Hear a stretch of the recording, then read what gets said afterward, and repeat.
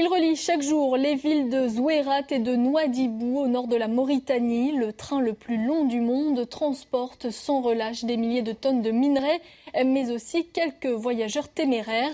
Embarquement immédiat à bord de cette impressionnante machine. De loin, il semble aussi large que l'horizon. On le distingue à peine. C'est le train le plus long du monde, plus de 2 km. Et à peine est-il parti que dans la mine, on prépare le suivant, car il y en a 3 par jour. À chaque convoi, 200 000 tonnes de fer quittent la mine de Zouérat, au nord-ouest du pays. Et cela fait 50 ans que ça dure. Même si les machines ont évolué, le processus est toujours le même.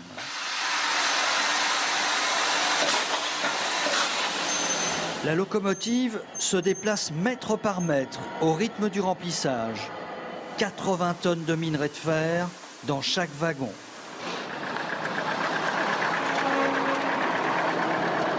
Très très loin à l'arrière du train, un wagon unique se remplit de voyageurs. Ils profitent de l'aubaine pour rejoindre le grand port du pays, Nouadhibou. La plupart sont des commerçants. On préfère voyager dans des wagons de transport que sur les wagons de mine. Voyager sur les wagons de minerai, c'est illégal. Pourtant, la voiture des douaniers ne s'arrête pas. Ici, tout s'achète, ce qui permet de faire vivre une mafia.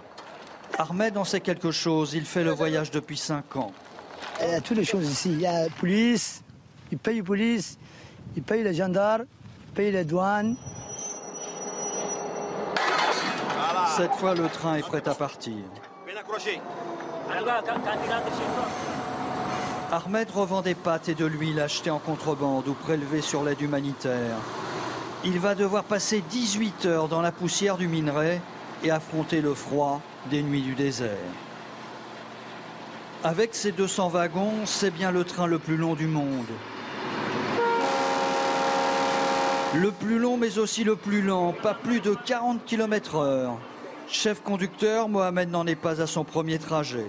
Il le fait depuis près de 40 ans. Je suis très fier. J'ai travaillé avant à l'entreprise dans un autre service. J'étais dans la manutention, à l'intervention. Et en voyant les trains à côté, les va-et-vient, ça m'a impressionné. J'ai demandé à ce que me transfère pour devenir chef de bord. Le long du parcours, des informateurs fournissent quantité de données sur l'état du réseau ferroviaire. Alors, lorsqu'on les croise, les conducteurs leur lancent du pain en guise de remerciement. Le thé, plus qu'une tradition, c'est presque une religion. Aujourd'hui, il est préparé par Sidi Bey, le conducteur adjoint. Le thé, on peut le faire sans la mousse, mais sans la mousse, le verre n'est pas joli. Ah ouais. Donc, il faut faire de la mousse. La nuit tombe sur ce désert mauritanien qui a servi de cadre au Petit Prince de Saint-Exupéry. Un morceau de Sahara plein de poésie, mais aujourd'hui dangereux. Les touristes ont fui depuis qu'Al-Qaïda s'est implanté au Sahel. Le village de Choum, c'est le seul arrêt pour les passagers. Ravitaillement pour les uns, d'autres montent encore à bord pour se trouver une place dans un wagon déjà bondé. Le réveil est difficile, après une nuit particulièrement fraîche, dans un compartiment délabré, où plus rien ne fonctionne depuis déjà très longtemps. Le train, c'est très dur. C'est tellement dur. Ça veut dire que vous le prenez souvent? Oui, on le prend souvent. Il n'y a pas de toilette, il n'y a pas de l'eau, ni toilette. C'est pas normal. Il est vrai que chacun a payé 7 € pour ce trajet de 700 km. Et ici, 7 €, c'est déjà une somme rondelette. Pour eux, c'est la fin du voyage. Nouadhibou. Lorsqu'ils auront écoulé leurs marchandises, ils reprendront ce train dans l'autre sens.